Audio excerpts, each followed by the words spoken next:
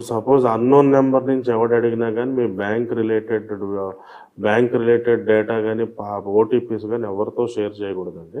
ఎందుకంటే బ్యాంక్స్ ఎవరు కూడా మీ పాన్ కార్డు, ఆధార్ కార్డు ఎవరు అడగరండి, ఓటీపీ ఎవరు అడగరు. నెక్స్ట్ అదొకటి సైబరు.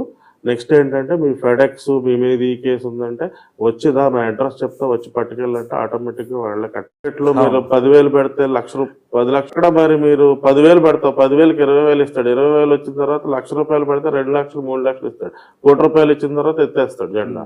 సో ఆ దురాశ మెయిన్ మన ఉన్న ఏదైనా కానీ ఇది ఇందాక చెప్పాక మీకు భారతదేశం అభివృద్ధి 7%, బ్యాంకు వడ్డీ 9%, బ్యాంకు దగ్గర అప్పు తెచ్చుకుంటే 11%.